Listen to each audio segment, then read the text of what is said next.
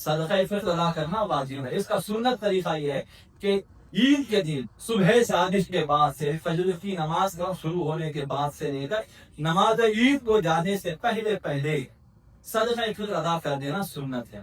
لیکن اس کا یہ مطلب نہیں کہ کل ہی آپ کو دینا ہے، نہیں، آپ آج بھی دے سکتے ہیں، پورے رمضان میں آپ جب چاہے دے سکتے ہیں.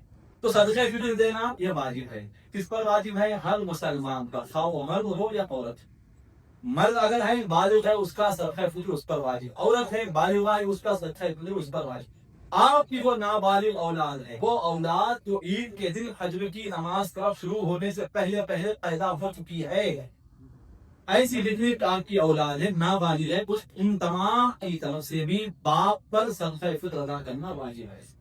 باپ اگر انتقال کر گیا ہے تو پھر دادا پر واجب ہے، اور بالغ بچہ ہے تو اس کا صدقہ فطر آپ پر واجب نہیں ہے، اس کا صدقہ فطر کو اسی پر واجب. لیکن اگر وہ کماتا نہیں، پھر پڑھ رہا ہے، تعلیمی سلسلہ چل رہا ہے، ایسی رقم نہیں ہے کہ وہ صدقہ فطر ادا کرے، تو باپ کو چاہیے کہ احسان کرتے ہوئے، مہربانی کرتے ہوئے اپنے بالغ اولاد کی طرف سے بھی صدقہ فطر ادا کر دیں. اور بیوی کی طرف سے بھی، بیوی کا صدقہ فطر دینا شوہر پر واجب نہیں، لیکن کیونکہ وہ آپ کی کفالت میں ہے، آپ کی ذمہ داری میں ہے، لہٰذا آپ اس پر احسان کریں، اس کے نازو پر، اور اس کا صدقہ فطر بھی آپ اپنی طرف سے ادا کر دیں. تو یہ صدقہ فطر کا حکم کیا ہے؟ واجب ہے. ادا نہیں کریں گے تو گناہ گار ہوں گے. تو یہ ادا کرنا ہے. اور خدا نہ خواستہ عید کی نماز ہونے تک بھی اگر کسی نے ادا نہیں کیا تو اب اس کا یہ مطلب نہیں کہ وقت گزر گیا ہے اب ادا نہیں کر سکتے، نہیں. اگر عید کی نماز ادا کرنے سے پہلے تک کسی نے ادا نہیں کیا تو بھی عید کی نماز گزرنے کے بعد بھی ادا کرنا اس پر واجب ہی رہتا ہے، اور وہ ادا نہیں، وہ ادا ہی رہتا ہے. لیکن اتنی تاخیر کرنا مکروہ ہے. دیکھیے 4 چیزوں سے صدقہ فطر ادا کیا جاتا ہے: گندم یعنی گیہوں، جو، کشمش اور کھجور. گیہوں نصف حصہ یعنی تقریباً 2 کلو گیہوں یا 2 کلو گیہوں کا آٹا یا اس کی قیمت ادا کرنا ایک آدمی پر واجب. حضور نے اور باقی 2 چیزیں فرمایا: جو، کشمش یعنی مرتا، اور کھجور. اس کی جو مقدار ہے وہ ایک سا کا مطلب ہوتا ہے تقریباً 4 کلو. 4 کلو کھجور، 4 کلو مرتا یا 4 کلو جو. ان چیزوں سے بھی آپ صدقہ فطر ادا کر سکتے ہیں. اب 4 چیزیں حضور نے کیوں بیان فرمایا؟ کیونکہ کسی کی مالی حیثیت تھوڑی کم ہوتی ہے، کسی کی زیادہ ہوتی ہے.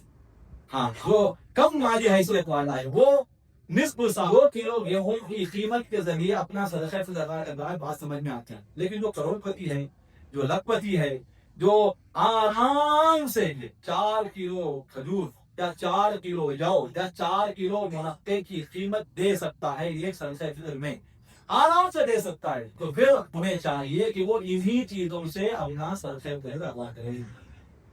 کروڑ پتی بھی 2 کلو گیہوں دے گا، ایسا نہیں ہونا چاہیے.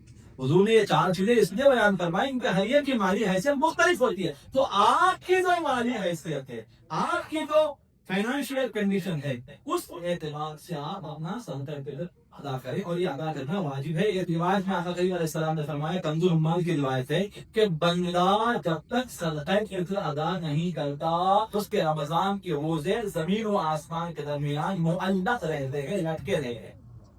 تو لہذا اپنے رمضان کے روزوں کو بارگاہ خداوندی میں پہنچانے کا ذریعہ ہے صدقہ فطر. ایک روایت میں آقا کریم علیہ السلام نے فرمایا کہ صدقہ فطر کیا ہے؟